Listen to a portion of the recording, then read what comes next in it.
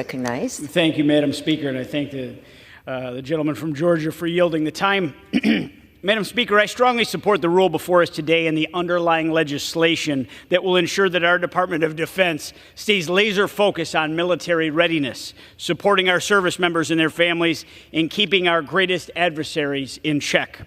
For years, this administration was allowed to waste hundreds of millions of dollars of taxpayer money to force a woke agenda onto the men and women of our military, hobbling their training, their morale, their long-term success, all while our greatest adversary, China, relentlessly developed its own military, including even pulling ahead of us in the development of hypersonic missile technology.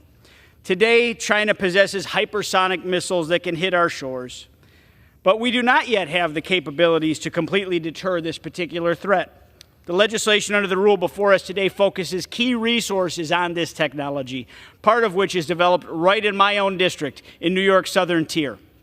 We cannot delay this any longer, and we cannot effectively secure our nation and to deter our adversaries, including China, without ridding our nation's military of the radical left Green New Deal agenda that they seem to embed in our defense policy moving forward. This policy of battery-powered vehicles harnessed by resources sourced from a supply chain dependent on communist China leaves our nation less secure and more vulnerable than ever before. My colleagues on the other side of the aisle point to the Biden administration's transition to electric non-combat vehicles in our armed forces as a win for the environment. But I ask them, is it really a win for the environment if we source these critical minerals from strip mines in the Congo and transport them across the globe to be refined in countries that ignore many of the environmental regulations that we take for granted here in the United States? Are we really protecting the environment when we foist inefficient, unreliable vehicles on our nation's military while China and India build hundreds of new coal power plants every single year?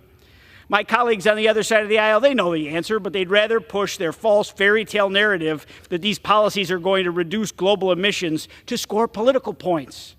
They want to ignore the dangerous situations that these policies ultimately put our military service members in.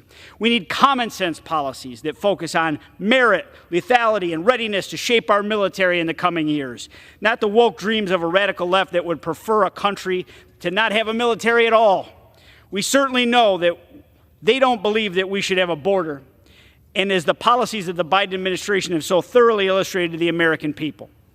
I urge my colleagues to support the rule before us today and help pass another bold and focused and crucial NDAA that will support our service members and ensure that the U.S. military remains the strongest fighting force on the face of the earth. And with that, Madam Speaker, I yield back.